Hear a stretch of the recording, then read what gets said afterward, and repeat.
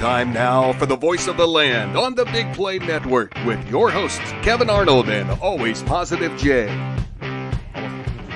Welcome on in to this live remote edition of the voice of the land. You know, of course, always thank you to Bob and Millersburg for getting the show started for us in the open, but we are live at the top Dawg Tailgate for City Dogs of Cleveland here at the WJ Green Lodge at the Metro Parks in Berea, Ohio. Our first ever live remote. I am joined, as always, by Always Positive Jay. Guys. He's now on my left, so instead of being able to look at him across the table, I'm looking at him on my left side. Situation here. And our producer extraordinaire running the ones and twos, hopefully with enough bandwidth today to be live, but we're going to replay this as well. So either you're going to watch it live, you're going to watch it usually on Sunday nights at 7 on our Twitter and all over the place. But we are so happy to be invited and doing our show live from this off-season tailgate. The guys that, and Eric, the organizer, who do their tailgates for Browns games under the bridge, West 3rd and Summit at the corner. They are running this event here today, and all of the money that people paid to get here goes to City Dogs of Cleveland. We'll get some of their people on as well. We will have Eric on. We'll have some guests throughout the day. We got a loaded show today. A loaded show. And, of course, we are always brought to you by Vector Technical. They will get the right person in the right job the first time. And I wish we could kind of turn these cameras and show you. Peter put together a great banner for our show to do these live remotes. It's got a QR code, so people, all they have to do is scan it and then goes to a website that has our Twitter, our YouTube, all of those. We're going to be going a lot more remotes this summer. And we'll go through that as the show goes on as well. So thank you so much for tuning in live or on replay or even audio, Google, Spotify, and Apple. But this is a Browns tailgate, so what else would we talk about but Browns? But the Browns. And we had the schedule come out this week. There's also been some rumors about some of the guys that they might be trying to sign. We need to start, though, with what we know now to be true, and that is a big piece of this show, or at least a big influence on this show from when Nick Paulus and myself did it, and even when you've been on it, Jay. Jarvis Landry signs a one-year reported $6 million deal with his hometown New Orleans Saints. So he moves on, and Jay, I'll kind of open the floor to you first. Your thoughts just on Jarvis. What do you want to say to him, and how much do you think this team may miss that type of leadership in this locker room? Well, I mean, as you could see when we put our cartoon figurines up, I got the Jarvis jersey on it. Like, I love Jarvis Landry, what he brought here on the field, off the field, in the locker room. Like, the guy meant everything to this team. It was so huge in the turnaround of our culture of our team. He, just did amazing things about our city. His softball game was just one of the most fun events I've ever gone to.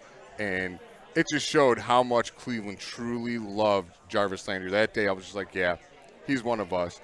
And he may be gone, but he'll always be a Clevelander without a doubt. And Jarvis, the best of wishes to you. I'm so glad you got to go home and play football for a team you probably grew up rooting for. Nothing but the best wishes to you, bud. Now, audio, I mean, we talked about Jarvis so many times, Peter, on the show. It's just, it felt like that bless them mentality. I couldn't dig that out of the closet today, so I did like a United type shirt here today because there's a bunch of Browns fans all around. You probably see them a little bit behind us. We got a different little setup with the cameras, but I mean, Jarvis is a guy that the bless him mentality was something that we took on and kind of almost brought a different life to here on Voice of the Land, wasn't it? Oh, definitely. It's disappointing that he's not back because I think he did really do a lot to change the culture. And I'm forever grateful as a Browns fan for that. But I get it. I understand that the Browns, they're trying to go a little bit younger in the wide receiver room, and we've got a lot of young talent.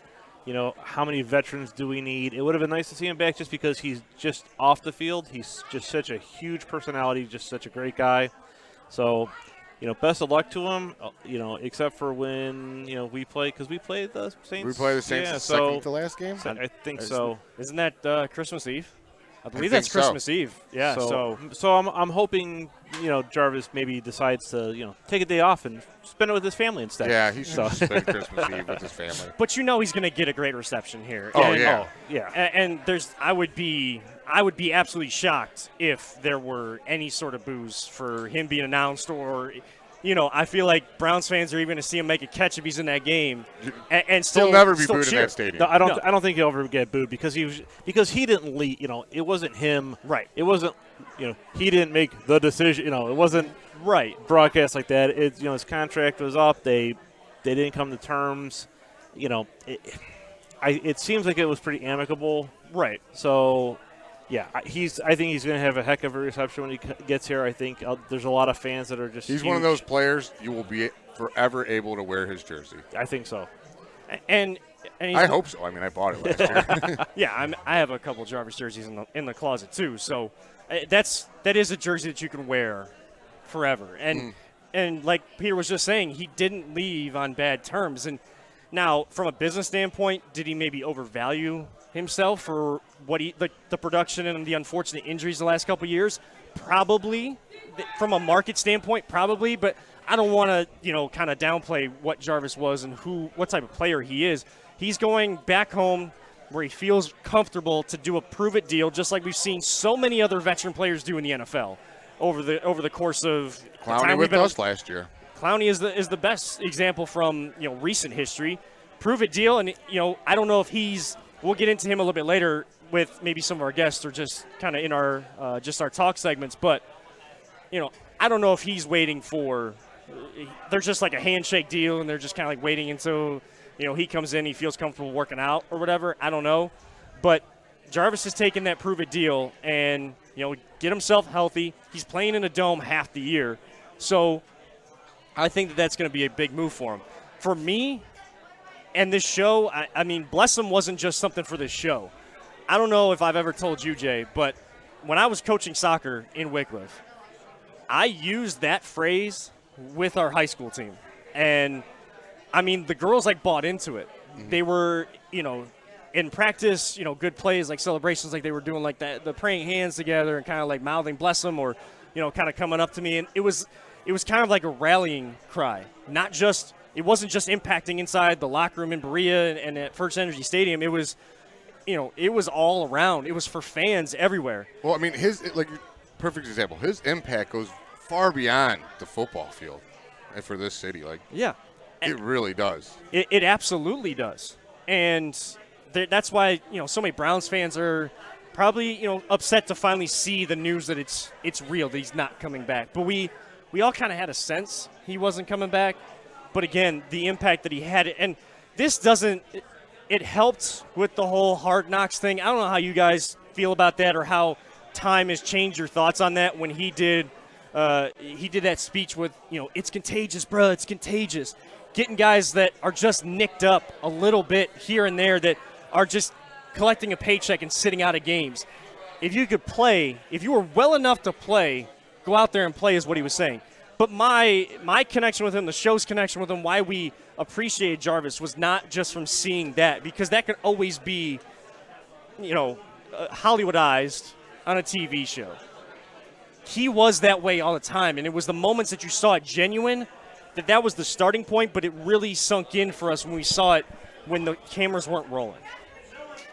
I don't know how you feel about that moment. I think that's where maybe a lot of people's fandom comes from, and that's where they harken back to. I try not to because that's not what. Honestly, I never watched Hard Knocks. I've only seen the clips of that. It's the first moment, but it's not what defines Jarvis's time here in Cleveland. Mm-hmm. I just remember his play on the field was amazing to me. I remember the catch against Carolina when he split the two defenders. Just that first game or Baker's first game against the Jets, and he was just catching touchdowns over people, just snatching them right over their head. Yeah. I just love the way he plays, man. A receiver with great hands is just the best thing in the world to a team or quarterback.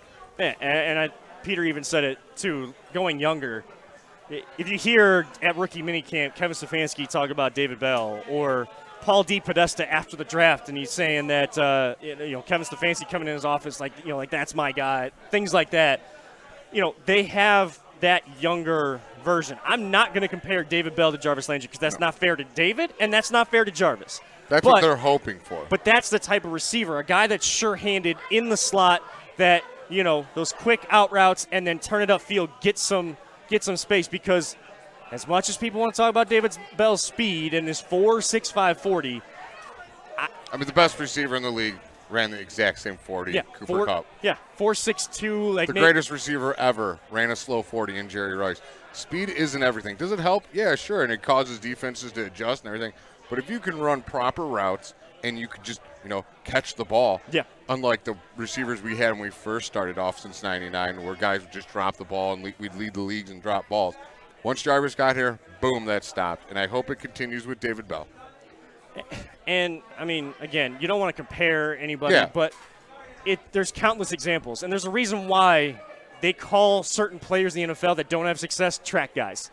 Because if you got straight line speed, that doesn't always equate to being able to play in this league. Now, it depends on how much they take to coaching. Well, we're going to see that with Anthony Schwartz. Is he a track guy? Or was last year with Baker's injury and everyone else's injuries just a result of that being his bad play? Or is this guy going to learn from his second year and tear up the league with that speed? And take to the coaching. He's got to take to the coaching. I don't know how Chad O'Shea is off camera, but that's a guy that maybe I'm kind of going against my own rule here, but you see him on Building the Browns. That's the Browns-specific kind of television or video programming. Every time I hear their wide receiver coach, Chad O'Shea, talk, I almost want to run through a brick wall. So if Schwartz can take to the coaching, if DPJ can take to the coaching, each of them figure out their role, this can be a good wide receiver group. I would say that that's probably one of the two biggest question marks on this team going into the season. But there is a lot of depth everywhere as well.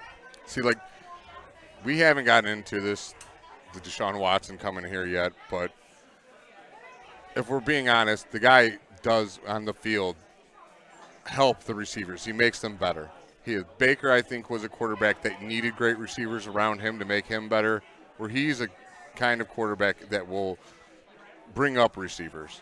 At least we can hope for it. Yeah, and I'm just looking through to see if I got to make sure I get all these retweets in. I got to get people to watch if we're actually streaming here. So we'll probably have to do that in the break. So a lot of people probably missed our first segment here. But I think the best thing to do is to just say thank you to Jarvis. I know people want to maybe take it one way or the other, this guy can't play, this guy, or why would we even let him go? These arguments that go back and forth. Right now, the best thing to do, as much as it hurts to see him go, is to say thank you, because that's a guy that's going to always have a place in a fandom here in Cleveland. Mm-hmm. You see these guys come back all the time, whether it was, I don't know, guys that were here for a couple of years or many years.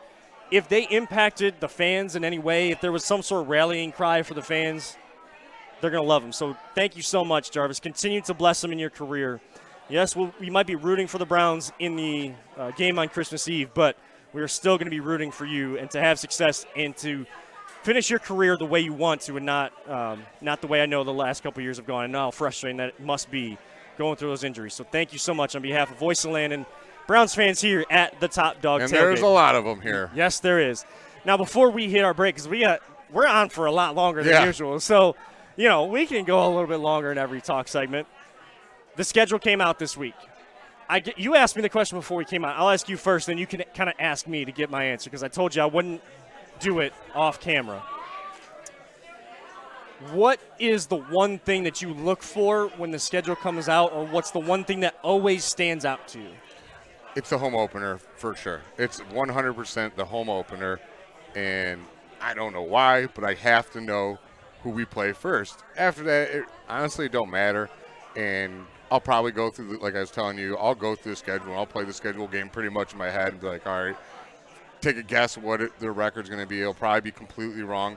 Every team I think will beat will lose, and every team will lose I think will lose to will beat.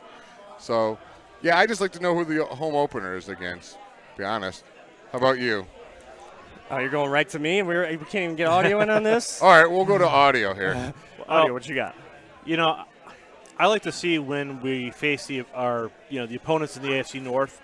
I always like to see who we're going to have first, because it's kind of like that sets sets the table, sets the whole thing for the season, right? Last year with the Chiefs, that was rough. It's like everyone's like, oh yeah, it's a rematch, but let's be honest, that was a rough rematch. Did they play great against them? Yeah. Wish they would have won it, but seeing when we were playing those rivals, like, some of the games we have going on this year, I'm pretty excited about those. But I think that first game, like you said, that first game to me, I think kind of sets the table of, like, here's what the season's going to look like. And Well, yeah, we've lost the first game since like Jeff Garcia was our quarterback. Well, we hit, we tied the Steelers in, what was it, 2000? Was that the opener or just the home opener? I thought that was the opener. I'm not sure. So I don't know, but all I remember is leaving. Sorry, so I'm getting confused. all our shares. And which game are you guys talking about? So where we tied the Steelers, that was the opener. I think that was the opener because I think we were both 0-1. Oh yeah. 0-1. Yeah, it's like, well, we didn't lose. Yay. Well, another thing I do look forward to is seeing where the bye week is. You want to see it like in a nice placement, not real early or not too late. They actually benefited this year, like kind of right in the middle. That's important. And for me, like, I've never gone to another stadium in my entire life outside of Cleveland. Are you going? Because I saw you tweeting about. Are you going to a road game? I'm going to. I want to go to multiple road games this year. I want to go to the Miami game because it's nice in like November, so that'd be awesome. Just to get if we can get some more sponsors, maybe we could all go.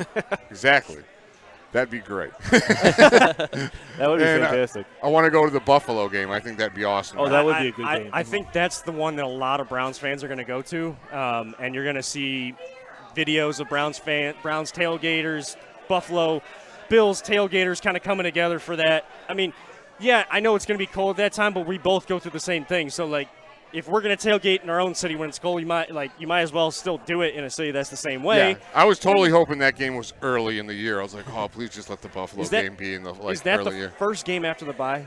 I'm not even sure, to be honest. I'll bring up the schedule here. I was trying to bring up some comments to see if anybody had anything as I was sharing it. But, I mean, you kind of took the one thing that I look for is the bye week because it's important. And I think even more so now because we've seen now 2 years under this organization, under this coaching staff, with the bye week in the middle of the season versus really late in the season. How did they adjust? Well, it was too far gone. They didn't make enough in-season adjustments to make those. It's like those injuries never got the chance to heal, and they just kept getting a little worse, a little worse, a little worse, a little worse. Yeah, I almost compare the bye week in football to a halftime. Mm-hmm. Even though it doesn't maybe happen for everybody at their halfway point, like it will for the Browns this year. It might happen earlier, might happen much later. But halftime, you have time, like actual time without anybody else around you to make adjustments. That's what's happening in a halftime locker room. That's what's happening those 2 weeks during that bye week is, guys get away. They get to reset their mind. They're having meetings with their coaches. What do they need to improve on? How can we adjust what you're doing and what you do best enough? We're not going to be able to do a lot of it, but we can do a little bit to bring out more of what you do best. But you still got to be able to make adjustments in game, in season. As games are going week to week to week, you got to be able to make adjustments, not just planning for the team you're going against, but how can you get better as a team so that what you do, it doesn't matter what another team does against you. It doesn't matter how they may scheme against you defensively or what offense they try to run in what defensive deficiencies they see in you. Everything that you have, the culture, the setup, offense, defense, special teams, it can go out and win a game any Sunday. That's what you're trying to do, and they didn't do that enough. So I'm looking more so in the schedule for the bye week because I've seen them have success with the middle of the year. But I'd also like to see, it's not always going to be the same. I'd like to see consistencies no matter when the bye week is. How do you like ending the season against Pittsburgh? I mean, it just feels like that's it should be that way. Like Ohio State, Michigan, last game is them. It should end against Pittsburgh, I think, every single year. I actually hate opening against our division early. Well, now if you look back at it, ending with a game in Pittsburgh, that never really bodes well because people tend to lose their jobs. Yeah, having a couple times. When a season ends in Pittsburgh. On the bus. Yeah. Sometimes they don't even make it to the bus. They're like, here's a private flight home. Sometimes a lot of the post-game shows on radio and TV and even ours now for the Big Play Network. And, of course, we are on the Big Play Network as well. Want to make sure we shout. Dynamite drop in. Hey, man, I'm just trying to be professional over here while we're out at the tailgate. I just like to say dynamite drop in whenever I can. But, yeah, I mean, sometimes on these post-game shows, you're getting breaking news and you're not even talking about the game and like the season that ended. You're talking about the next person to be fired and like, oh, well, what position do we got to fill now? Who's going to be the next coach? Who's going to be the next GM? Well, we don't have to worry about that this offseason. That's what the hope is, and that's what all the setup is. Now, we talked ad nauseum about, who has been brought into the team and all those dynamics. Yes, they're still not great, but there are plenty of players on this team that you can still root for. And at the end of the day, we are always going to be Browns fans. It's in our blood. It's in our nature. As long as many of the people here do, keep a realistic eye on everything and know that, hey, there are things that matter more. Let me just get to a game so I can just see that. And that's why I don't play the schedule game. We may have that debate later on. Yeah. We're going to hit our first break, though, right now. Sounds good. We got to get our messages from our sponsor. We do have at least one sponsor, and we got to make sure we get our messages in. So we'll be back. We're going to be joined by some guests. We hope to get the organizer, Eric, on the show here in just a little bit. You are tuned in to the Voice of Land right here on the Big Play Network.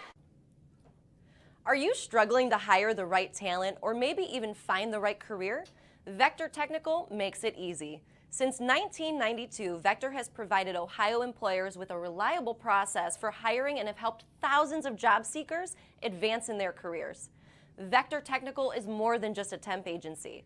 We invest time to get to know each client and candidate personally. Vector places people in job opportunities that they are truly excited about.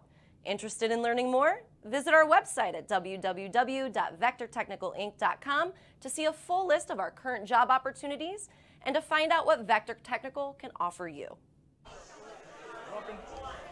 Welcome back to the Voice of Land. As we are working through some of the kinks here, being live on remote WJ Green Lodge here in the Metro Parks in Berea, Ohio at the Top Dawg Tailgate off-season edition of it. And we are being joined momentarily by the organizer, Eric, jumping on the show.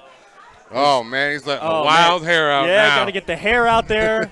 The headset wouldn't go over the hat, even though as much of a great hat as that was. Eric. The Mike Clevenger hair? Yeah, your Mike Clevenger hair. Eric, thank you so much for having us out here. Where's the camera? What do I look at? Just looking straight ahead, right between Peter and his son, or we call him audio because nobody ever actually sees him on camera. So, but Eric, just talk to the people about what you guys are building with doing this kind of a tailgate event during the off season.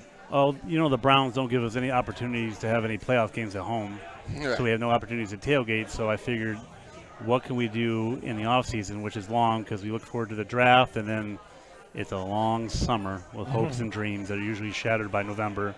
And so I figured that we should do something in May, a tailgate that can bring everybody together. So in the tailgate world, you have this person tailgates at Muni, this one tailgates at Burke, this one does at West 6. So I was like, well, they don't ever leave, so why can't we get them all together at one time for a good cause? So I figured we'll just do this event where people come from different parking lots and tailgating activities, bring them together for a great cause once a year. So it's a hodgepodge of tailgaters all meeting up in one spot. Because no one's going to be at West 6 and be like, oh, I'm going to visit you at Burke. That's like a 45-minute walk. I think I was the only person that was doing that. I think you did that. I was like, are you crazy? Well, you've seen his tailgate has been featured on the Tales of Tailgate with our podcast. Yeah. So. Well, it was a good turnout today. Last year we had 112 people, so this year is a little bit better. It's always weather dependent, but if you can watch, it's holding out. Yeah, if you can watch the Browns during a tsunami, I think we had 5 games last year. It was all rain. I think you can come to a little event, and it's got a little awning here, and it's pretty chill. I would say it's like a PG-13 version of a family picnic, dysfunctional family picnic. Pretty much. Yeah. So you're raising money for which cause today? City Dogs Cleveland. So we're dogs, and so they're dogs. So I figured that dogs need some attention. You don't need to buy a dog from a pet store or anything like that. Plenty of dogs that need homes. Their kennel is full, so they usually have some good deals on adoption. So and they do great work with them, getting them adjusted back to living with people. Yeah, some of the things these people do to the animals, they should be flogged out back or publicly stoned. I think some of the things they do are kind of disgusting. So I figured that raise some money for these guys and do the best I can to. They can't do anything to help themselves, really, so we got to look out for them. The dog is the best friend. I mean, they're happy to see you when you go get the mail, and if you're gone for 3 weeks, they don't know the difference. They're just happy to see you.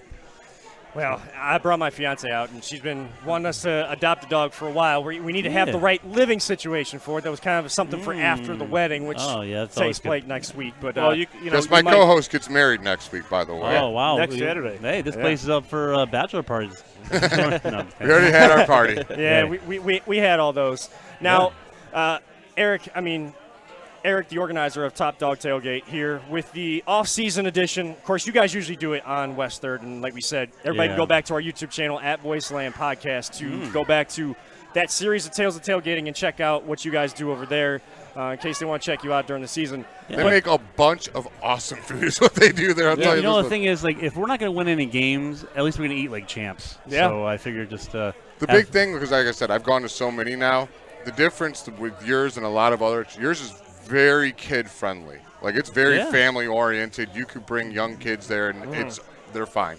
I mean, if you're looking for vegan options or gluten-free, probably not the best place to go. But if you're looking to get your fill, in trouble over there. Oh, yeah, definitely. Hey, man, I can't help the allergies that I have. I figure it out. I always figure it out. I always figure out ways to eat. You make the best out of it. Yeah, you make I the best figure out ways to eat. Eric, what are your the schedule just came out. What are your impressions of it? I mean, how many wins do you see for this team? Oh, we're going to play the win-loss game. Let's see. I mean, we don't play the schedule game on here. We just kind of go, you want to go in a range. All you have to do is a range. You don't even have to give a total. 10 wins. 10 wins? Okay. Is that good? I mean. Do you think that would get this team in the playoffs for how deep the AFC is right now? No, I think you need to get 12 wins, 11-12, because these guys, for some reason, they thought like Cincinnati got worse or something like that. They were like one play away from winning the Super Bowl. They just went out and beat that offensive lineup. You know, we haven't even won a division since 1989, so we got a lot of work to do. Like, we do a lot of talking, and so you're more of the prove it than before you start talking about it. When they scan my ticket and I go to way up the top at 537, I'm all excited, and usually by the second quarter, I'm like, yep, all right, here we go again.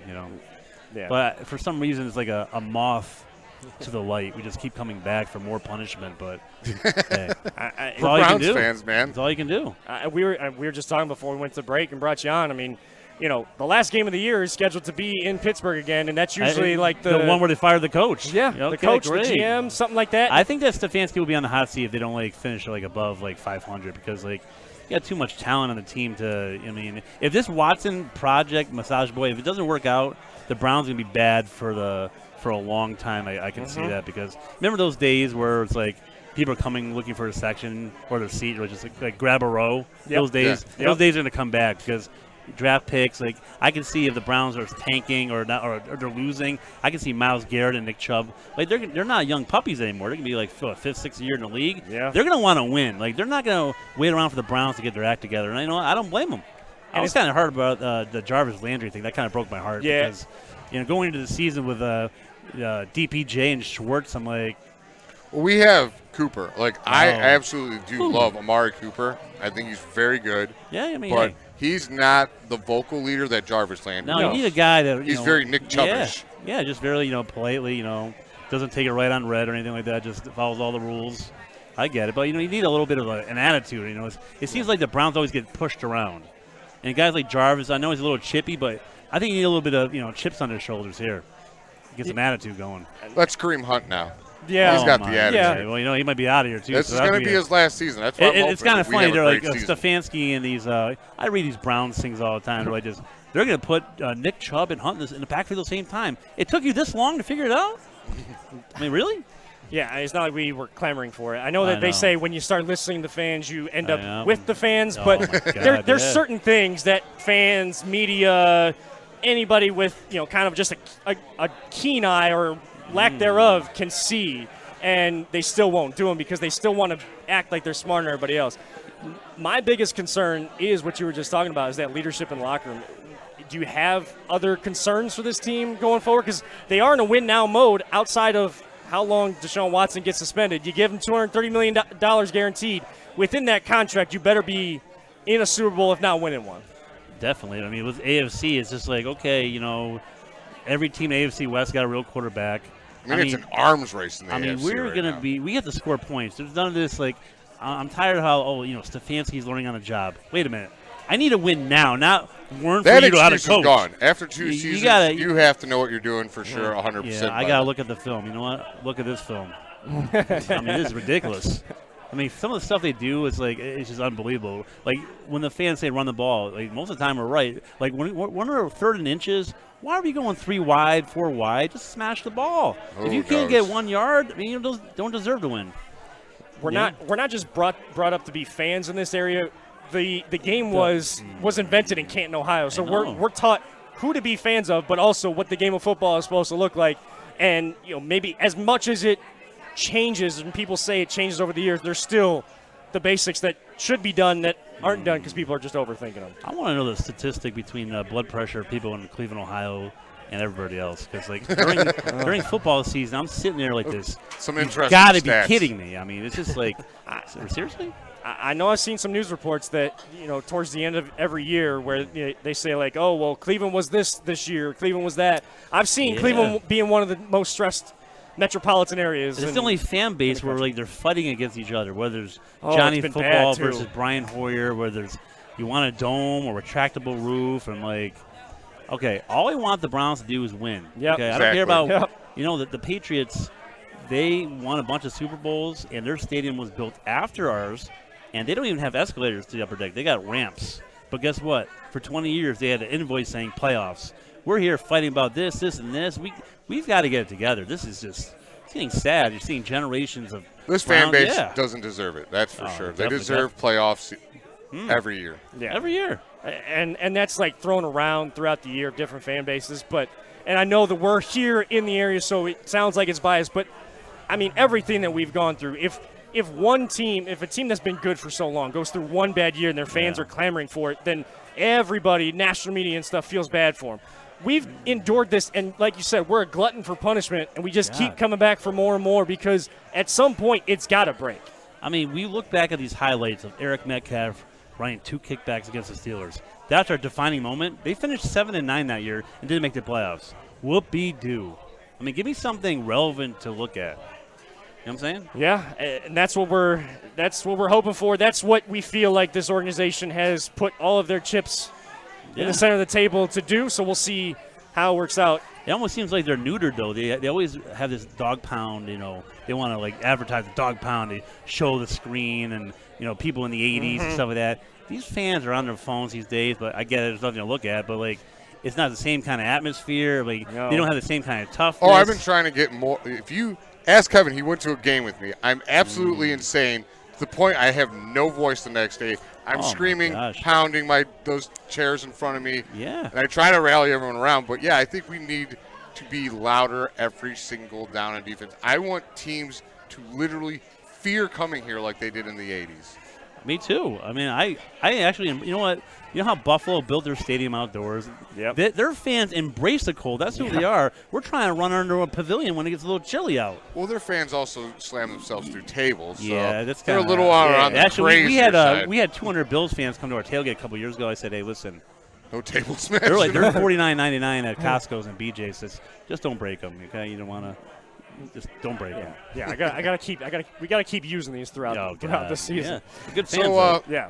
Let's get to some more food talk now. Oh my God. What do you guys got going on today? What do you guys cooking let's see. up here? There's gumbo over white rice. All right. Smashed onion burgers. All right. There's barbecue chicken legs, coleslaw, baked beans, Excuse me, pulled pork sliders. Yeah. So the thing at our tailgate is like all our food is made from scratch. We're not getting anything from Mark's getting running potato salad that's expired 3 days ago. Everything's made right now or the night before, so you get that home quality taste. So at our tailgates, it looks massive, but it's got that small tailgate feel vibe because we don't have any egos or sponsorship or nothing like that because we don't need that. We just bring people together and just eat. Because if we're not going to win, at least I'm going to be full. Oh yeah. I'm not paying $1 inside that stadium. Sorry, Jimmy. I'm not paying $1 inside that for a $12 hamburger. I get my drink inside the stadium. I go in full when I leave that tailgate. Yeah. That's for sure. But yeah, we have a few dogs here for today. We have a little cornhole tournament. So I'm just glad that people came out because I think that we need to come together more because I read Twitter, I read these blogs, and I listen to talk radio, and it's like everyone's always at each other's throats. Like, why don't we just come together, have a couple beers, and just live life?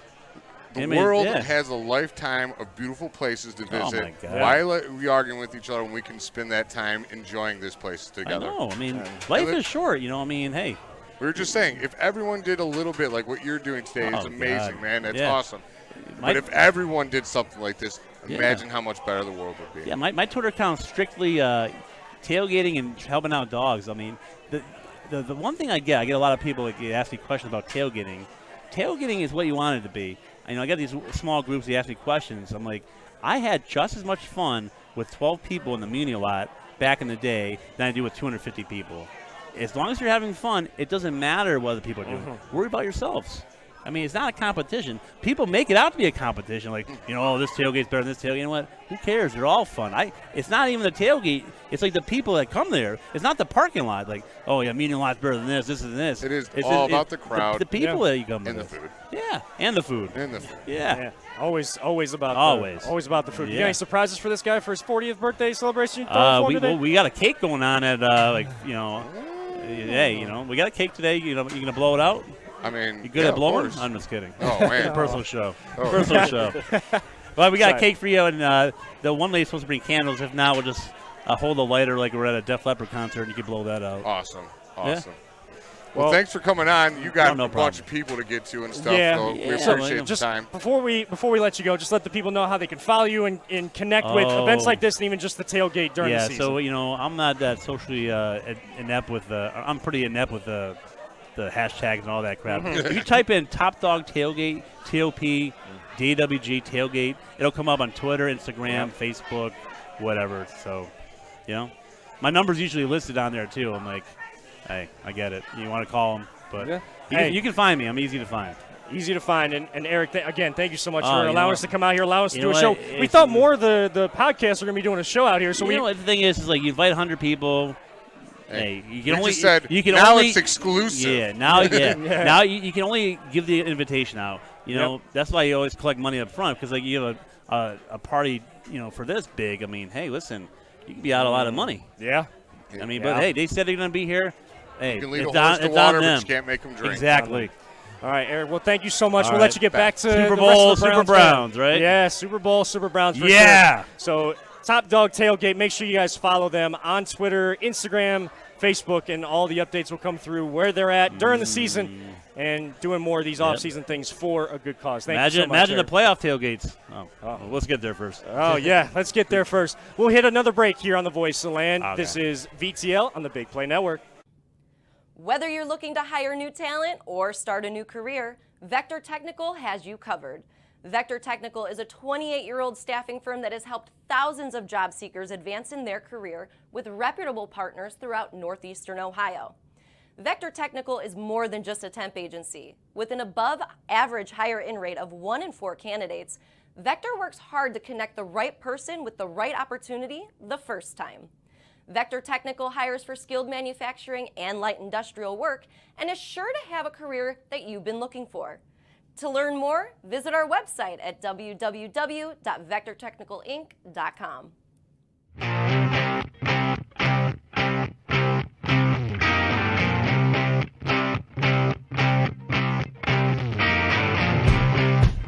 Get your gear at voiceoftheland.com/shop. Welcome back to The Voice of the Land. I got to remember to put this thing down. We're having great conversations with Eric there off camera and during the break. And just, the atmosphere is, he kind of described it best.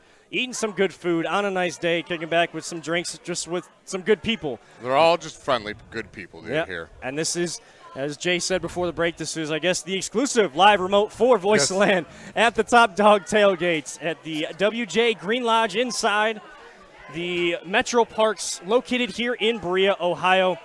We have Beth coming up now. Yeah, we do have Beth coming up here. This is a tailgate for City Dogs of Cleveland, so if you see us kind of sliding back and forth, we'll work out the kinks. It's our first live remote. There's always going to be kinks when it's the first. So we'll bring Beth in here from City Dogs. We'll get her all mic'd up before bringing her on. But it is such a great event and going to such a great cause. So, Beth, thank you so much for jumping on with us. You are here with City Dogs of Cleveland. Just express kind of the connection that you have with the tailgate here. So Eric, Tailgate Eric, he is a really obviously super excited about the Browns. He's also super excited about City Dogs of Cleveland. So we've worked with him before. This is our second cornhole tournament with him. They have great tailgate food, great people. We've met volunteers, new adopters. So any funds that are raised today go back to the dogs. It helps to pay for canine enrichment, medical needs, volunteer programs at the kennel. We are running an adoption promo till the end of May. So check out City Dogs Cleveland on all social medias and Friends of City Dogs Cleveland and see how you can volunteer, adopt, donate, and make a difference for these dogs. Now, I did the Tales of Tailgate we were talking about, where I went and videotaped it. It was the mac and cheese fundraiser you guys had there, so they were actually featured on that episode. Yes, he loves his food, and I will say he's really good. Yes. All the guys that cook all this stuff, it's delicious. Beth joining us from City Dogs of Cleveland. And so with City Dogs of Cleveland, just kind of express to the people that may not know or heard of your guys' kennel, they may have known like county kennels, things like that. What is your guys' mission statement or just trying to do for the animals and getting them good homes here? Well, City Dogs Cleveland is the adoption division of Animal Care and Control. So every dog that comes through the doors of the Cleveland Kennel, 9203 Detroit and Cleveland, ends up in our kennel, and some dogs get returned to owners, some dogs go to rescue, and some dogs get adopted. So while they are living at the kennel, we help to make their lives as best as they can be. Canine enrichment, medical needs, taking care of them, walking them, hiking. We just try to do the best that we can to find these guys the best homes that they could get. And I know you got some dogs out here today. We do. What dogs are out here with us today? I know we can't see them from our vantage point. But no, today we have Rigby and we also have Lavelle. Both of these dogs, Lavelle's a girl, Rigby's a boy, are available for adoption. They're here hanging out, meeting the public, being kind of like goodwill ambassadors, and getting people to come in to check out our booth over here and to see if they'd be interested in adopting them or helping them in some way. Now, you guys feature a dog each week on the Dawg's Table podcast, friends of ours. Yes. Jared and Craig. Every week they do feature a different city dog. I'm happy to announce they have been featuring City Dog Hope. She's been with us for a while as a foster, and City Dog Hope got adopted today. We are so ecstatic. Yes. This is a really big deal. But yeah, anything that we can do, like to work with the community, to work with you guys, to work with every event that we go to talk to the public, to get them in here and understand who we are and what we can do. We're always having events. If you follow our social media, we're coming up next weekend. We're participating in the Cleveland Marathon, so we'll be at the expo. And you can also check out, we're having our 3rd annual City Dogs Run Clean 5K at Edgewater on June 4th. Be sure to check that out on our social media pages. We do have registration right now, and it goes up by $5 on the 25th, so register. So, do you find it hard getting attached to dogs and then having to watch them go sometimes, like certain dogs? Well, long story short, when I started volunteering, I had no dogs. I now have 3. And I love to transport.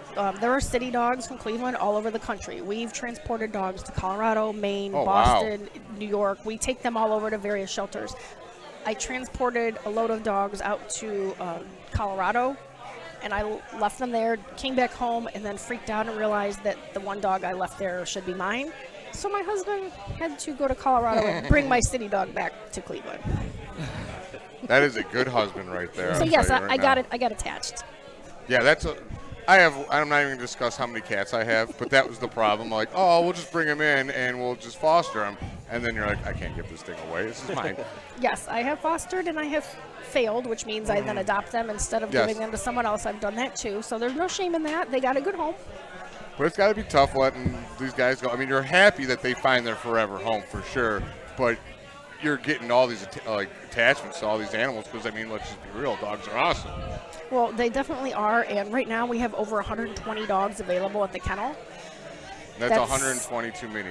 Yeah, that is way too much. So we're hoping that maybe, if we can get a few of them out of here, get like a new people that we get to meet and have them understand where they can go and get these dogs. You can check us out on social media and contact one of our adoption counselors, and we will meet you. We will match you up with your perfect dog. Awesome. Well, I mean, and before we kind of let you go, I mean, first of all, the moment that dog does get adopted, though, that's got to be that's that's got to be like one of the still like a great moment around. It's a rush because you've worked so hard, and yes, you have got attached, and sometimes you foster them, or you've taken them on hikes, you've given them baths, you've loved them, you've marketed them, put them on your social media page, and yeah, it's wonderful when they get adopted into their happy homes. We have a great support system for adopters. That's got to be the ultimate payment every it's time. awesome. And when you see people that see your shirt or and you see a dog that you think it might be a city dog, you look at and people are like, yeah, it's a city dog. Oh, they know. Those like out in the community, those are some of the great moments. So Beth, thank you so much for coming on. Just let everybody know how they can follow you one more time on City Dogs of Cleveland, so that they City Dogs Cleveland and Friends of City Dogs Cleveland. And please reach out if you have any questions. We're always looking for adopters and volunteers. Well, thank you so much. If you ever need to come on and get the word out for a dog, just let us know. You got plenty of places. You got a connection in Craig through us. Yep. Thank you very much. Big Play Network, we are a big family, so we will try to help as much as we can out in the community. And we'll let you go back to, I know that the dogs are, probably interacting with a lot of the people, and, hopefully, get some prospective adopters for the dogs you brought here today. So thank you so much, Beth, and enjoy this, what's turning out to be a great day here at the Top Dog Tailgate. Thank you. Thank you, guys. Awesome. Thank you so much. That is Beth from City Dogs of Cleveland. Now, we'll get a couple other guests on here in just a little bit, but, I mean, this is what this event is all about. Yes. There's a lot of people behind us having fun. They're in line to get the food off the grill. I see, got the apron on. Big Ray is behind the grill. Massive line for food. I hope someone saves us some burgers. So, and it's a community event, but it's also for a great cause. And, I know that once it is time for us, my fiance and I, to get a dog, I feel like City Dogs of Cleveland is going to be kind of one of those. It's definitely going to be a spot that we look at, because I feel the energy of a dog owner. Like what you want from fellow dog owners, you feel that energy about them, and just trying to get animals maybe coming in from a tough situation, or just needing a home because they're such a lovable animal. I mean, they just become members of the family. Yeah. They're not pets. They truly become members of the family. Yeah, and that's how it's always been. That's how it always will be with dogs, with pets. And the one thing I always hear from dog owners, it's like, you could be having the worst day of your life, but when you get home and that dog is just so happy to see his tail going nuts, he just runs up and just because you're home, he's so happy. You're like, yeah, whatever, my day's good now. My dog loves me. Yeah, I mean, we could use that right now. I mean, as much as we love our rabbit, he tends to run away more so than runs around the apartment and runs away from us than he actually comes to us. But, we still love our rabbit as much as, we love any dogs, cats, anything like that. Pets are, they're just another member of the family. Let's hit a break here and see if we can kind of situate our next guest coming on. If we need to take a break from that, we got plenty of Browns conversations that we talked about before the show to talk about. This is the Voice of Land right here on the Big Play Network. Are you looking for a career in manufacturing? Vector Technical has you covered. Vector Technical is a 28-year-old staffing firm that has partnered with some of the biggest and the best companies throughout northeastern Ohio. The recruiters at Vector Technical will coach you through the entire job process and will help you land an opportunity that you are truly excited about. Vector does not add any additional fees and offers benefits as well as free online skills training through Penn Foster. To learn more, visit www.vectortechnicalinc.com and make sure to check out our job board to see a full list of our current opportunities and apply. Welcome back to this live remote edition of the Voice of the Land here at the Top Dog Tailgate, WJ Green Lodge, Metro Parks in Berea, Ohio, all for the City Dogs of Cleveland. And right now, someone that knows a lot about the City Dogs of Cleveland here on the Big Play Network, a member of our Big Play family, Craig Fountain, host of the Dogs Table, but also your own podcast, the Gingers Talking Football. Yep. Craig, thank you so much for coming on and coming out to this great event. I'm sure have you got a chance to get some of the food yet with this long line? Still waiting on some of the food. It looks really good, though. Still looks really good. Here, man. It's great right now. It looks great. So I have my son waiting in line for me to grab me a burger. But no, I appreciate you guys having me on. We drove up here from the Canton area, and we're having a blast so far. So you had a little hike to get here. A little bit of a hike. Yeah, I talked to some folks that have been, from southern Ohio or even out of state, though. So, Yeah, there's some long drivers that come to this thing. Absolutely. Absolutely. And I know you guys feature the dog a week on the Dawg's Table. Beth was just telling us about Hope, who got adopted, so really good for that. Just talk about from like your perspective that what City Dogs of Cleveland does for the community and getting dogs good homes. So the City Dogs of Cleveland are friends of City Dogs of Cleveland, and Beth in particular, they are absolutely awesome. And they take kind of the dogs that are the least likely to get adopted, and they go the extra mile to try to find these dogs homes. And we partnered with them early on when we started our show, the Dawg's Table, and we started doing this thing where, especially during the regular season, we do a Dog of the Week, and we feature an offensive and defensive MVP. Offensive, defensive Dog of the Week, so to speak.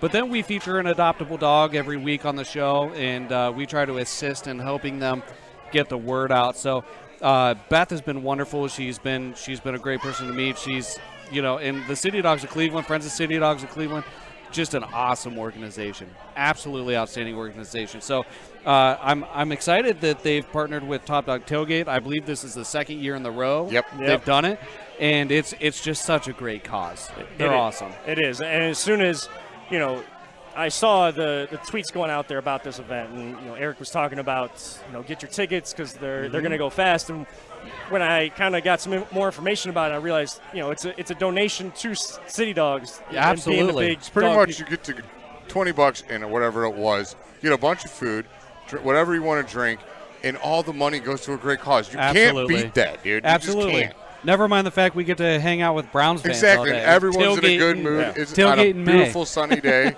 Weather's holding out. This is a great, awesome day, man. And speaking of the Browns, I mean, you guys talk it all the time. Don't want to take too many of your takes maybe you have planned for this coming week, but this Jarvis Landry just signing with his hometown New Orleans Saints.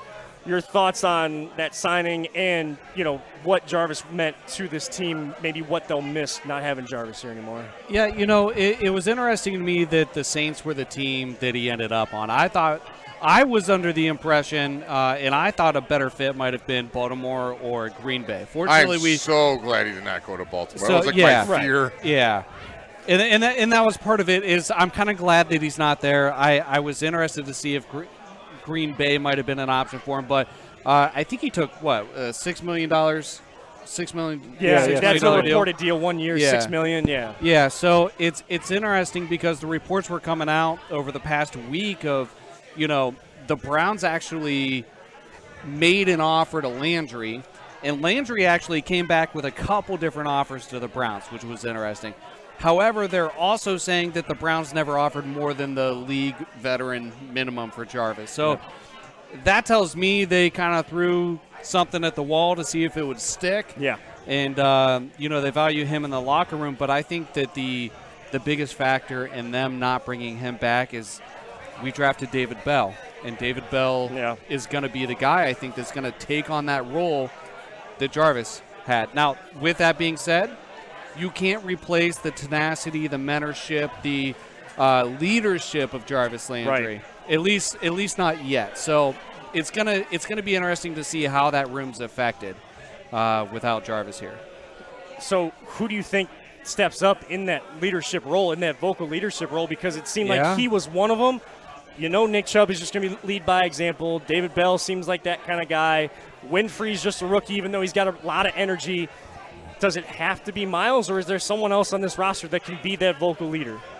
That's an outstanding question, because even looking at Amari Cooper coming in, right? Amari Cooper, it's well known that his attitude and his approach is very similar to Nick Chubb's. Yep. He puts his head down, he's quiet, he goes to work, he doesn't talk crap, he just puts his head down, goes to work, puts his best foot forward. He's not interested in talking about it. So you lose a huge voice in Landry, and I don't think there's a clear-cut guy.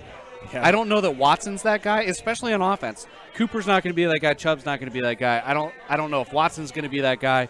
I don't know. It's got to come from somebody, though. On defense, I think Miles has to step up, how vocal he is. And maybe he is. Maybe we just don't see it. I could see Kareem Hunt stepping into that role for offense, and it eventually will become Deshaun Watson's role. And if he has to take that role. If he can't fill that role, you're not the proper quarterback anyways. The quarterback should always be the leader. but he is the new guy in town, so I mean, I could see Hunt holding that down for a little bit. Absolutely. And all the stuff coming out about Watson, and I think came from building the Browns. Some of these rookies, like the first person to reach out to the cornerback from Mississippi State, his name is escaping me right now. Emerson? But, Martin Emerson. Yeah. First guy to reach out to him, Deshaun Watson. I've heard that from a couple different players. Like the first person to reach out to him is Deshaun Watson. We're hearing all the right things. We always hear the right things with the first right. at the first point that someone gets here. We got to, it's still kind of a wait and see type thing. I mean, you mentioned the leadership. That probably is the guy. If you're going to have a franchise quarterback, he better at some point take on the vocal leadership, the leadership by example. And, having the trust of his teammates, which he may have to do a little bit more of, earning the trust for different reasons, but it's got to be Deshaun Watson. That absolutely comes with the territory, especially at, $250 million guaranteed, basically. I expect that out of Deshaun Watson, and I think everybody should. It's one thing for a guy like Ryan Tannehill in Tennessee to be like, listen, I don't get paid to mentor guys. Like, I'll help him out, but it is what it is, But we bring in a guy like Deshaun Watson that is clearly part of our long-term plans. They've designated him as the franchise quarterback moving forward, long-term, nearly $250 million with a B, $250 million guaranteed. He better have this offense, that side of the ball, at a minimum, he better have them ready to go. He's got to take that role on. Now, do you think I could see Myles Garrett becoming the overall leader of this team? Reggie White did it with the Packers when they brought him in, and they had Brett Favre there. But Reggie White was the leader of that team, and then they won a Super Bowl. And I don't know what happened. I don't know what the progress was on that last year, because we know what storyline ended up taking hold of last year and has taken hold of this offseason, and people that want to fight back and forth about it. We're not going to mention it because we just don't want to dip into it right now. But I still go back to that game, the playoff game in Kansas City, when it's third down and long. You got Chad Henne in there. You get the sack on second down as Myles Garrett. You got to find a way to either yourself or do enough for your teammates to go make that next play when you have them in third and long. Again, he probably made a jump in vocal leadership and leadership on the field last year. Yeah, he called out the defense. They showed up the next game. Yeah. But those are the moments. That was that last playoff game in 2020 in the COVID year. Those are the moments that if this team is going to take those next steps, not only Deshaun Watson becoming a leader, Myles Garrett making those plays or doing enough for his teammates from a leadership standpoint on and off the field to go make that kind of play that determines one or two plays that determines a playoff game like that. Absolutely. Someone's trying to interrupt our show here. Yeah, I literally just got like 5 phone calls. I was trying to silence my phone. I apologize. No, it's all right. It's all good. Trust me, we've had phones go off. We've played our show, like the feedback of our show when it starts when we're trying to share it. So it's all good. I guess one of the other things to kind of touch on with you, and I want to get Jay's thoughts on this too, because it was a question that came up as I was talking with Peter before the show. Rumors about adding to the defense, maybe just bringing someone back or even adding another player. Ndamukong Suh and Davion Clowney are kind of the names that are being thrown around if there's going to add any depth. If there's one other room besides wide receiver room that has questions, it's defensive line. I would love it. Do you think it's more likely that one, both, or none come to this team?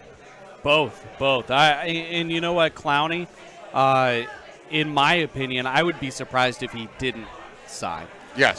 And the older he gets, the more likely he is. I mean, as a young guy, he was already like, listen, I'm dragging this out as long as possible. I want to do my own thing, which is fine. You can look at that however you want. As long as he's good and he does his work and he's in shape and shows up ready and stuff like that, fine. But, I think the interior of the defensive line, I don't think drafting Winfrey was enough. And we have some fringe guys. I mean, we have Togia, we have Sheldon Day. We have a couple guys that are going to be fighting for that spot. We have Taven Bryan and who's the other one? But it's escaping me. But either way, a guy like Isaac Rochelle. Yeah. And I think they drafted someone from Oklahoma who's like a teammate to be along that defensive line, either defensive end or could slide inside.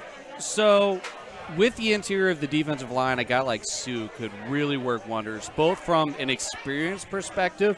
He's been a part of winning teams and winning franchises. He's experienced the culture.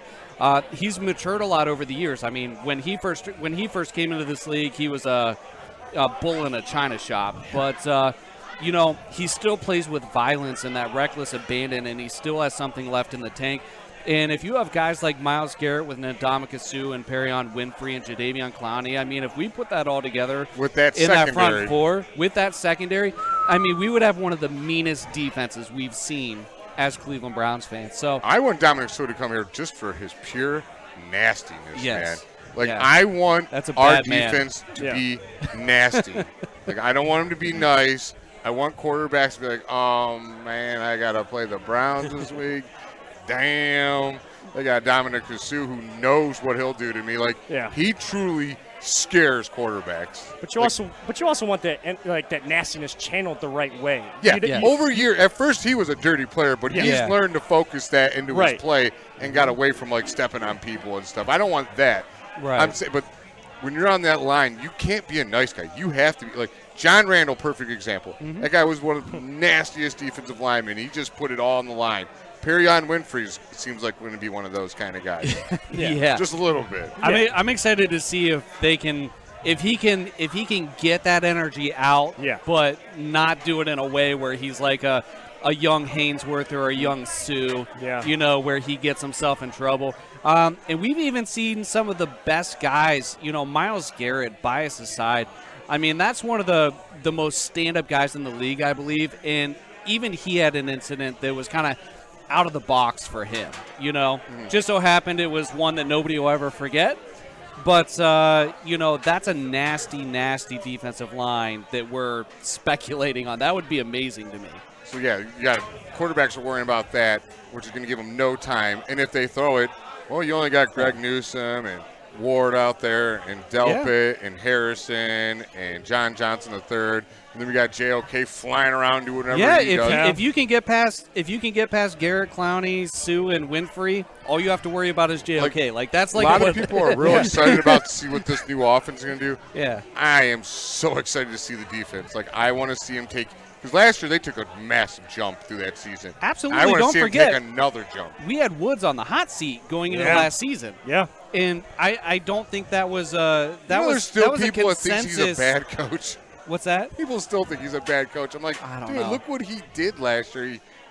He's a good coach. He's good. He's good to go. Right now, he's a coach that you would fear losing for head coaching opportunities. Right. But you would love it for him because you would get that opportunity, of course. But that's what you want. You want to set up a culture. You want to set up an organization where people are taking your, assistant coaches, assistant GMs to be their GMs. You feel like you're building a tree and establishing a culture.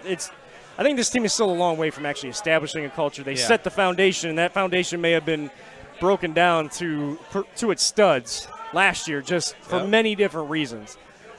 Now, with the season coming up, I got to ask you, because I feel like Jay and I are going to debate this before we actually get off air today. Do you do the schedule game? Do I do what? Do you do the schedule game?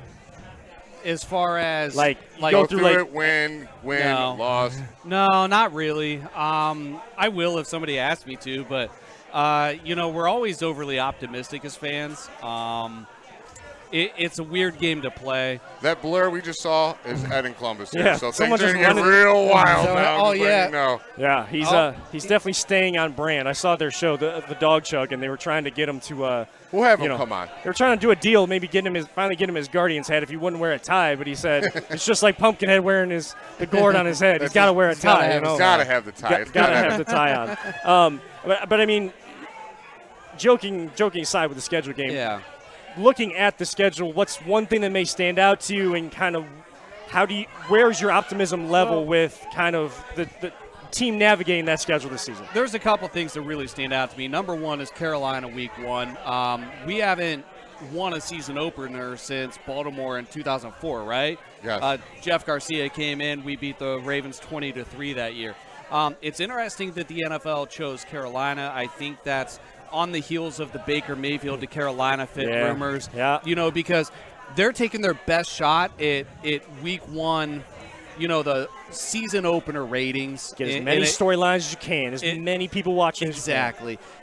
But I feel like they went kind of easy on us for the first 4 weeks, but the second half of the schedule is going to be brutal. I'm not surprised that we only had a couple primetime games, although there are some flex opportunities later in the year. They gave us some home ones, which is nice, but I don't think they want whoever's calling the games to be talking about Deshaun Watson the whole time on national television. Right.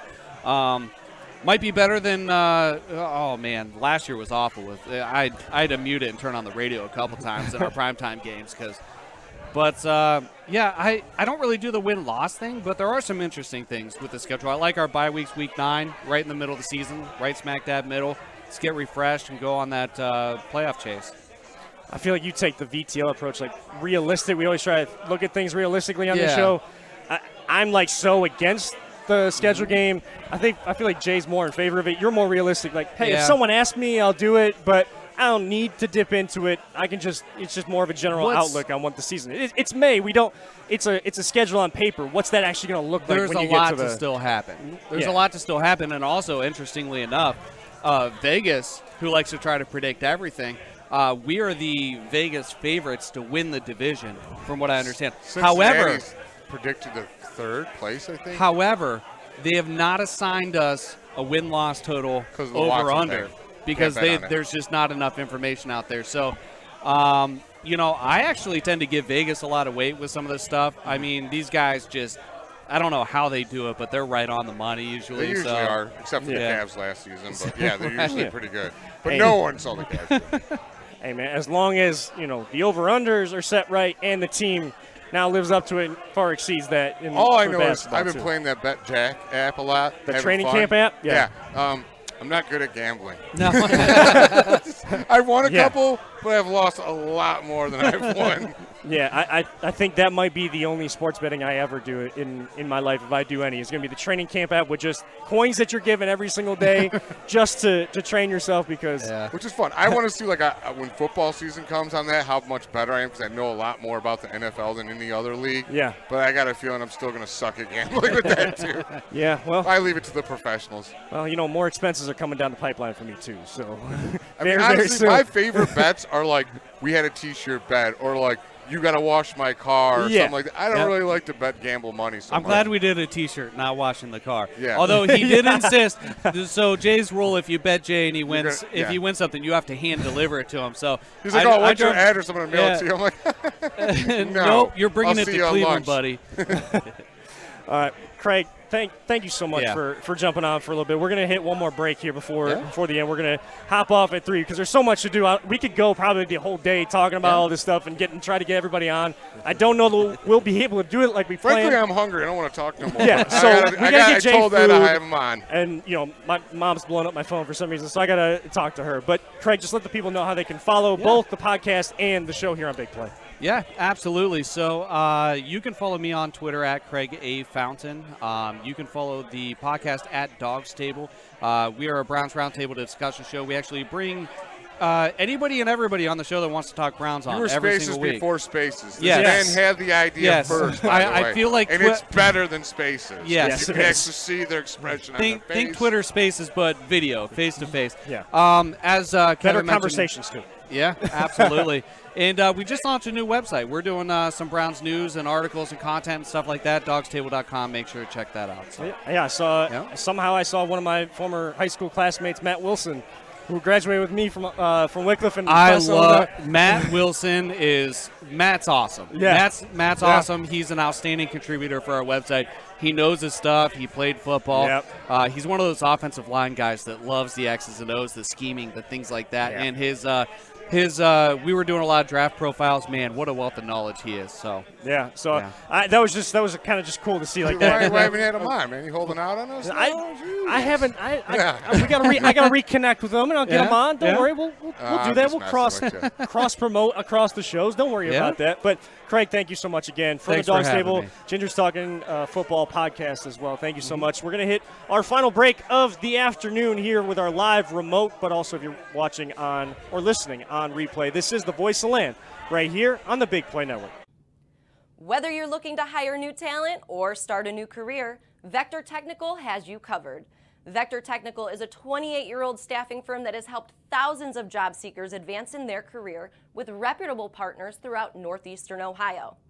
Vector Technical is more than just a temp agency. With an above-average hire-in rate of 1 in 4 candidates, Vector works hard to connect the right person with the right opportunity the first time. Vector Technical hires for skilled manufacturing and light industrial work and is sure to have a career that you've been looking for. To learn more, visit our website at www.vectortechnicalinc.com.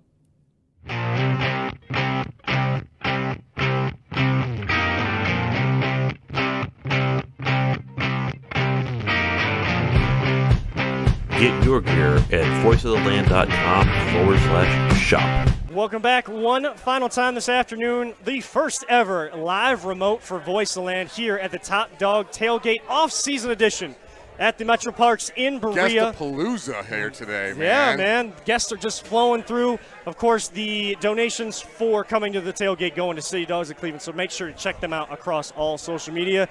And if you're on social media and you follow Brown's Twitter, just Cleveland Twitter in general, you may recognize his face, especially since he's been putting more dance videos if you're out on there. Brown's Twitter and you don't know Ed in Columbus, it is you Ed. ain't on Brown's Twitter. It is Ed in Columbus. What's going on, Ed? How are you doing today, man? What's up, guys? Finally, Ed in Columbus has come back to Berea. Yes, I'm originally from Cleveland, Ohio. I was born here, so great to get back. Great weather today, great event. City Dogs, awesome charity and everything. Save those dogs, do everything good. But glad I'm with you, Kevin, because you're a soccer guy. Yes, I am. I like yes, soccer. I am. You know, if I got to talk soccer all day, I will, because we got a team in Columbus, the Columbus Crew. Now, sometimes when I watch them, I get a little confused because I see Jimmy Haslam. Yeah. I see D. Haslam. Yep. But I see the black and gold. And you know what? But we went down in Columbus, and I'll take that. Hopefully the brown and orange can get it done this fall. Do you go to a lot of Crew games? I've been to one in the new lower.com field. How is it? Because we haven't got a chance to get down there for a game yet. We saw the outside of it. We took a trip for my birthday, as you know. Same birthday, by the way. So, but we didn't get a chance to go inside. What is it? What is the atmosphere in there like? It feels more soccer across the pond like in there. Absolutely. Let's just say this, Kevin. When Art Modell walked into Jacobs Field and he looked over in right field and he saw that beautiful, beautiful restaurant and he got mad about his situation, well, that's how people are going to feel when they come to the lower.com field, because it's a beauty. The Columbus Crew original stadium, back soccer-only stadium that they had back in the day as the original club of the MLS, that was a beautiful stadium, and it's nostalgic. But this one, it beats it. And, you know, Cincinnati, you know, I like the little rivalry we got with them. They got a beautiful brand new one as well, so check that out as well. And they are in the state of Ohio. I will concede that for tax purposes only. My uncle, or my fiance's uncle, is the scoreboard engineer for them. So I'll have to get us some tickets, and since you're already down there, you're going to go to the game with us. Sound good? Yeah. Drinks on me, guys. I mean, we don't drink, but sure, we'll be cheap drinks. Well, and I'm looking. I don't either. I'm looking to get into that new stadium too, because I have a bittersweet relationship with Mafre Stadium, the original Crew Stadium. I was there one time for like the Rock in the Range concert, the very first one. Yeah, that's a big event that they would do down there. Oh my God! By the end of that thing, I was so dead. That's all I remember is ZZ Top's on. I'm like, yeah. I lost the state championship in that stadium, so we got to talk Cleveland Crunch. I know my man's associated with the Cleveland Crunch, and yes, you know, he's the voice of the Cleveland Crunch. of the Cleveland Crunch. You know what? I know they fell short in their championship this year. I know they won the first year. I remember back in the day when I was here. I left in '92 to move to Columbus. I've been there ever since. But I love me some Hector Marinero. I like some Orf. You know, even the Columbus or Cleveland Force back in the day. I love me some indoor soccer. So I'm glad you're a part of that, and you do a great job on Twitter. So follow Kevin on Twitter because he is the voice of Cleveland indoor soccer, Cleveland Crunch. Thank you so much, Ed. Yeah, I mean, and I've said it on the show many times. I think I've even said it to you guys. You know, it means a lot to me to do that, and I know it means a lot to Peter. But you know, the kid that grew up on soccer, and that was the sport that I probably grew to the most to start out with. That was the tickets that my family had the money for because it was inexpensive, but you had a great time. It was a great fan experience. He's making a fan out of me. Like I went to one of the games. It's so intense compared to like outdoor soccer. It was awesome. It was like hockey and soccer combined. Because it's just back and forth and just up and down. But of course, this is a Browns tailgate, so we gotta talk some Browns as much as I would love to just do a soccer conversation. Shout out to my North Olmsted Eagles, 1996 Division I state champions. I remember that. So North Olmsted Eagles, way to go. My dad's side of the family would be maybe rivals, Olmsted Falls rivals, a little bit. Okay. But yeah, Browns, Jarvis Landry just signing with the New Orleans Saints. We've kind of been talking about that and the schedule the most of the day with everybody we kind of had on. Just starting with Jarvis, I mean, leader of that team, where do you think they can find maybe that missing piece of leadership that Jarvis was to this team, or is that irreplaceable? It's irreplaceable, but you know what I like? I like something that probably nobody's going to say. This is a hot take, probably the freshest one. But you know who the leader's going to be? It's going to be a rookie. It's going to be the Bell kid from Purdue. You know what I'm saying? You know, I like what Stefanski said about him. He's quiet. He just does his job, and I think obviously he's got what Jarvis can do. But he's cheaper. He's younger. He's faster. And I think this guy's going to be the real deal in Cleveland. So, you know, I think this team is ready to rock and roll. And I think, you know, replacing Jarvis's leadership, I don't think they need to anymore. I think with Myles Garrett stepping up, I think with Deshaun taking over, I like what he's doing weekend with Bernie, as I call it, a great PR move that he's doing. But I also like what he's doing with his teammates. I mean, say what you want about the other stuff. Just on the field and in the locker room, I like what he's doing. We'll worry about the other stuff later. But I think that he's got to be the identity of the offense. And so, Jarvis, we'll miss you. The Saints come marching in on Christmas Eve, and I'm sure the fans will show you love down at First Energy Stadium. Now, I mean, David Bell sounds like could be a silent assassin. Nick Chubb, silent assassin. Amari Cooper, silent assassin. There's plenty of that on this team. I don't know. As fans, we've been kind of clamoring for those vocal leaders to really rally the team. But can this team be a successful organization then, being a group of silent assassins that just go out there and lead by example, go do their work, do their job, do right by their teammates? Can this be a successful Browns organization that way? I think so. You know, I think with this whole analytics thing, and look at, you know, what the Rams do, I think Stefanski, what Jimmy Haslam envisions is Andrew Berry, Kevin Stefanski run organization where, you know what, our talking's going to be on the field. It's going to be winning drafts. It's going to be doing things, you know, to fix now, but also 2 years in advance. So, you know, some of the moves that Andrew Berry made, I know we're taking that cornerback first, you know, people scratching their heads, but, you know, with Greedy Williams and then with, you know, the kid they traded back to the Rams, it's probably a solid move. And, you know, you got to maintain to be a Super Bowl champion, but you also got to maintain that down the road. So I like what they're doing. They're not just going for one and done. They're looking for sustained success. But to answer your point, I know we like the rah-rah kind of stuff, and it's football. I mean, obviously that's what you want. But do I think they can be successful with the Silent Assassins? I do like that nickname. So you coined that hashtag Silent Assassins. It's rock and roll this year. I like that. If someone else says that, if this no, team it's Kevin. No, this box right here. Get the tape. Cut the tape right here. Yeah, like Hugh Jackson said. Yep. Well, that's enough about that. Oh, man. So, how much more we got to go? I mean, we got a little bit of time, but I mean, talk to me, Jay. What's going on, my man? I mean, I haven't seen you since the Whoopty Hell party when you were cutting a rug there out there. And I hear something. I don't. You know, this is your show and everything. I don't want to get too much into promoting Hammer and all that, but I know they got something coming up in a party or something like that coming up. They announced the date. I believe it is the 23rd. Well, they don't say where. Oh. Okay. Well, I want to cut a rug that day too. Anytime I can come up here, and I know. Congratulations. Somebody over there has got some employment. He's not allowed to talk about it. I don't want to do that. This is Voice of the Land. I'm not getting paid today by them, but we love you guys. Now you're doing 2 podcasts now, correct? Three podcasts. Driving my wife crazy. Yeah, Down with the Browns on Monday.